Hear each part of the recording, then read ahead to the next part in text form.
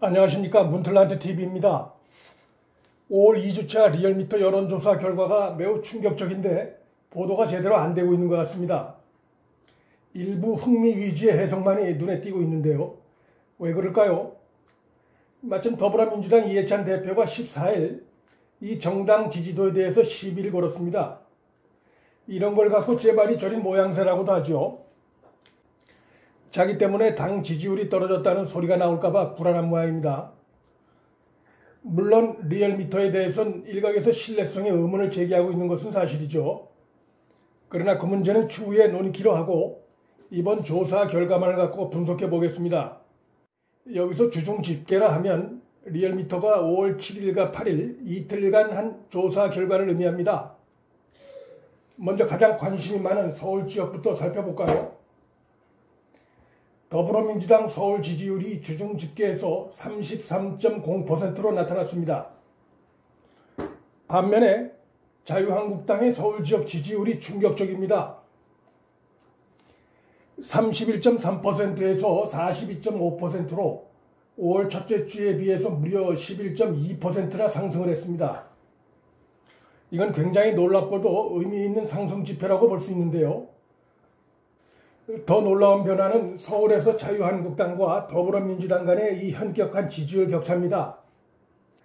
자유한국당과 더불어민주당의 서울 지역 지지도 격차가 9.5%포인트, 거의 10%포인트나 됩니다. 오차 범위를 훨씬 벗어난 격차죠. 정치의 중심 도시에서 제1야당이 집권여당을 이렇게 누른 것은 의미가 대단히 큽니다. 과거의 권위주의 시대에서나 볼 수 있었던 양상입니다. 이것은 지금 서울 시민들이 문 정권을 좌파 독재로 본다는 증거입니다. 아마 지금 더불어민주당 서울 지역구 의원들은 악화되는 지지도에 불안감에 휩싸여 있을 겁니다. 서울 지역의 국회의원이 모두 49명인데 더불당이 이 중에서 무려 35명이나 차지하고 있습니다. 더불당이 그러니까 서울 지역 국회의원 수의 70% 넘게 차지하고 있는 이런 상황입니다. 그런데 이들 중 적지 않은 수가 지금 나온 여론조사 결과를 보면 차기 총선에서 낙마할 가능성이 커졌습니다. 이들 중 절반이 다음 총선에 낙선한다고 해도 문 정권은 사실상 몰락하는 겁니다. 서울에서 패배하면 그 정권은 힘을 못 쓰고 정권의 기반이 절반은 날아갑니다. 집계 말고 주간 집계라는 게 또 있습니다. 주중 집계는 한 주에 이틀간 조사고 주간 집계는 한 주에 4일간 조사한 결과입니다. 그런데 한국당이 더불어민주당을 앞서고 있는 추세가 주간 집계에서도 그대로 이어집니다. 서울 지역 주간 집계에서도 더불어민주당이 35.1%, 자유한국당이 38.5%로 나타났습니다. 이 얘기는 서울 지역에서 자유한국당의 우세가 굳어져 간다는 의미도 됩니다. 이제 서울은 친여 도시가 아니라 야당의 도시가 된 거 아닙니까? 다음은 부산, 울산, 경남, 줄여서 부울경이라고 하죠. 이 지역의 지지율 변화를 살펴봅니다. 더불어민주당이 30.2%로 전주에 비해 2.0%가 하락을 했습니다. 그러나 자유한국당은 어떻습니까? 40.8%로 이전 주간 집계에 비해서 2.3%포인트가 상승했습니다. 이 지역에서 양당 간 격차도 역시 오차 범위를 넘어섰습니다.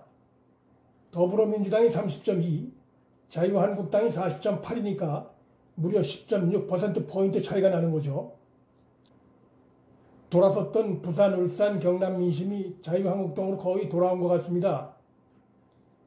그런데 이것은 5월 2주차 주간 집계를 봐도 거의 그대로 이어집니다. 더불어민주당이 부산, 울산, 경남에서 33.4, 그러나 자유한국당은 42.9%로 나타났습니다. 그러니까 4일간의 주간 집계에서도 오차 범위를 넘어선 자유한국당이 우위입니다. 더불어민주당의 부산, 울산, 경남 지역구 의원이 모두 10명입니다. 부산에 6명, 울산에 1명, 그리고 경남에 3명의 의원이 있는데요. 이들의 차기 총선 전망은 이렇게 되면 대단히 불투명해진 겁니다. 일부 보도에 의하면 더불어민주당의 부울경 의원들이 중앙당에서 사라졌다고 합니다. 중앙당에서 얼쩡이는 모습은 최대한 피하고 지역구에 내려가서 살다시피 하고 있다는 건데요. 오죽 지역 민심이 흉흉하면 이런 행동을 하겠습니까? 차기 총선에서 문재인 마케팅은 아마 찾아보기 어려울 겁니다. 대구 경북은 워낙 자유한국당이 압도적이기 때문에 자세히 살펴보고 말고 할 것은 없습니다. 그런데 대구 경북에 현재 더불어민주당 국회의원이 2명이 있죠. 바로 김부겸과 홍일학, 이 두 사람은 촛불 전국에 배지를 단 인물들인데요.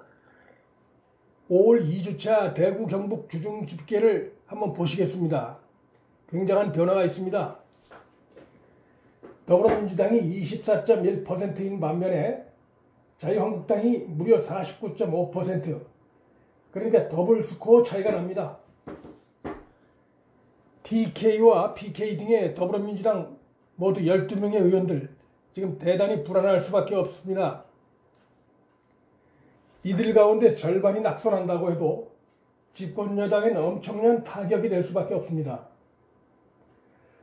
총선 결과가 민심에 영향을 주게 돼 있고 그것이 차기 대선 구도에도 영향을 주게 돼 있으니까요. 또 의미 있는 변화가 나타나고 있는 지역이 바로 대전, 세종, 충청 지역입니다. 이것은 상황이 어떤지 함께 보시겠습니다. 대전, 세종, 충청도 5월 2주차가 더불어민주당이 32.8, 자유한국당은 43.5%를 얻었습니다.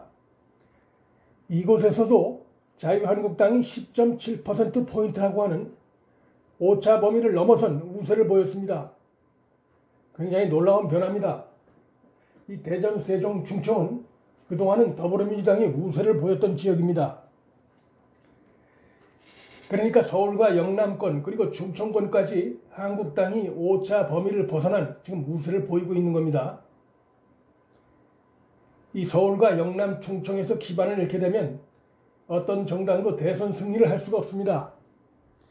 이것은 우리나라 유권자 분포상 어쩔 수 없는 현실이죠. 호남의 승리 카드 하나만 갖고 진보 좌파가 대선 승리를 꿈꾸는 것은 망상입니다.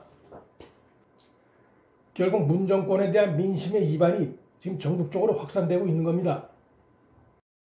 최근 경기 북부 지역에 큰 이슈가 하나 터졌죠. 바로 3기 신도시 건설 관련된 건데요. 문재인 정권이 수도권 3기 신도시를 발표한 이후에 일산과 이 파주 지역 민심이 대단히 흉흉합니다. 그런데 지난 20대 총선에선 이 지역 의석은 더불어민주당 등 이 좌파 정당이 싹쓸이를 했었습니다.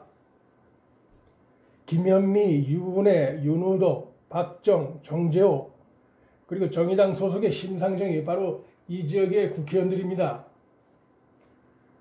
분노한 일산과 파주 시민들로 인해서 이들의 총선 운명은 대단히 불안해졌다고 그렇게 봐야 됩니다. 여당 지지율 하락은 문정권 무능 탓도 있지만 정부의 거수기 역할을 해온 당의 역할도 대단히 큽니다. 이해찬으로 대표되는 더불어민주당은 문재인과 하나도 다를 바가 없죠. 이해찬은 자기들이 갖고 있는 여론조사에 의하면 자기들이 더 높게 나온다고 이렇게 주장하고 있습니다. 반성은 하지 않고 핑계거리만 찾는 이런 정당에 미래가 없습니다. 문정권과 더불어민주당은 지금 공동 몰락해 가고 있는 그런 양상입니다. 문제의 원인이 외부가 아닌 자신들 내부에 있기 때문에 막을 방법이 없어요.